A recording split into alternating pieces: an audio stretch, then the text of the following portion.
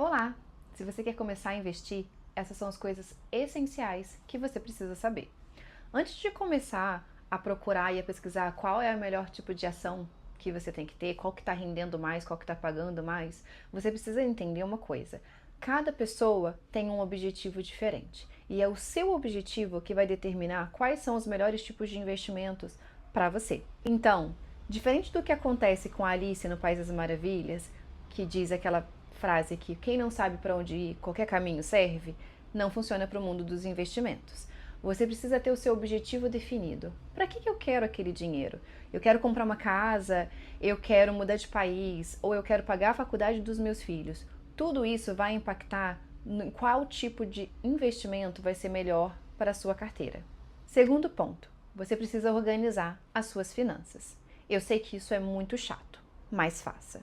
Se você tem dificuldade de fazer isso no Excel, faça isso num caderno ou até mesmo num aplicativo. Hoje a gente tem vários aplicativos que a gente baixa no celular e a gente consegue ali colocar o nosso orçamento, rastrear as nossas despesas.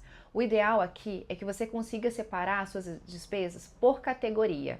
Então você vai dividir ali o que é uma despesa essencial, aquela uma que você precisa ter, porque ela é o que vai manter a sua vida.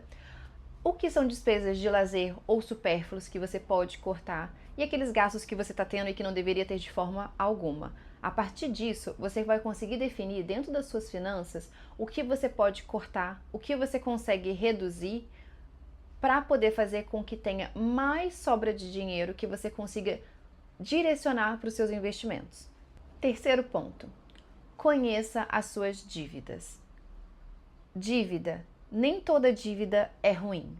Porém, se você não conhecer a sua dívida, ela pode se tornar o seu inimigo, tá? Então, assim, saiba quanto você paga de juros naquela dívida. Se você atrasar o pagamento, quais são as multas? Quais são as cláusulas de rescisão de contrato? E trabalhe o mais rápido possível para eliminar aquela dívida. Não quer dizer que você vai deixar de investir para pagar toda aquela dívida. Porém, dívidas nos deixam vulneráveis. Então, tome cuidado com elas. 4. Crie sua reserva financeira. Nada de pular esse ponto e já ir direto para investimentos mais elaborados e de alto risco. A sua reserva financeira é o seu bote salva-vidas. Ela é o que vai garantir que em momentos de dificuldade você não se estrangule tendo que pegar um empréstimo com uma taxa altíssima.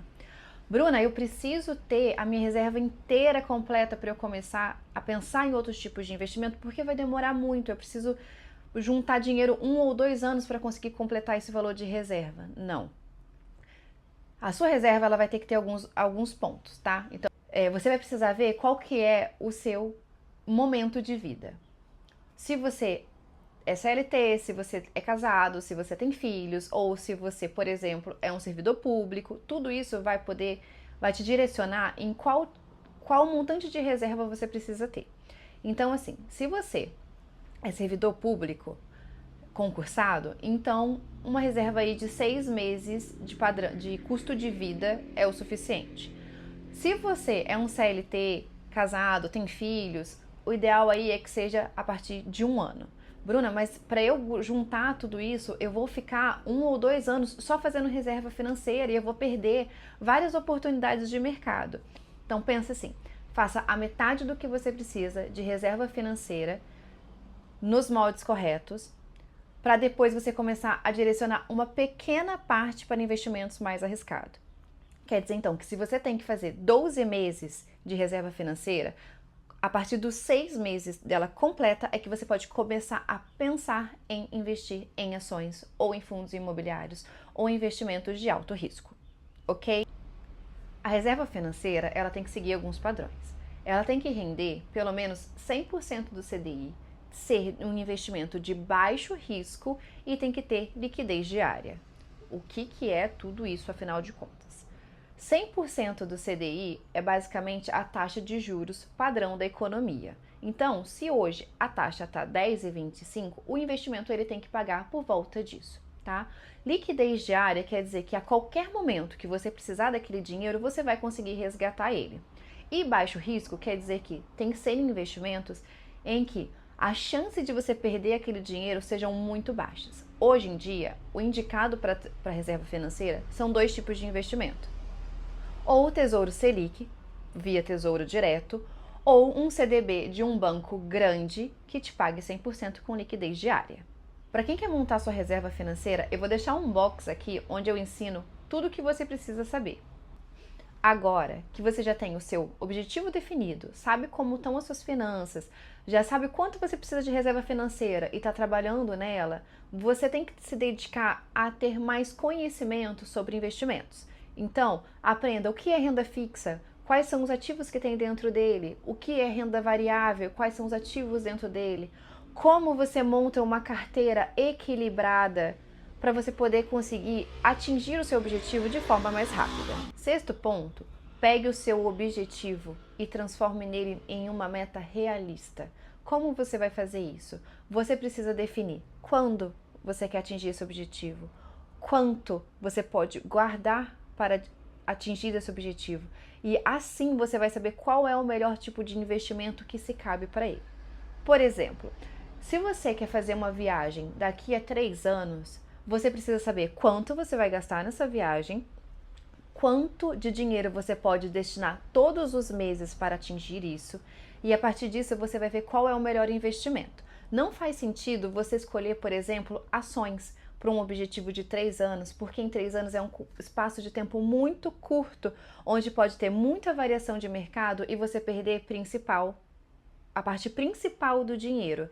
Então, nesse caso, o indicado seriam ou um CDB, que é uma renda fixa, com um prazo definido que vai te dar a possibilidade de receber uma rentabilidade maior, ou uma LCI ou uma LCA também de prazo definido dentro desse período. Então, você vai pegar uma LCI ou uma LCA de 3 anos, que vai bater mais ou menos ali com a data da sua viagem, para você poder fazer esse resgate antes e utilizar ele.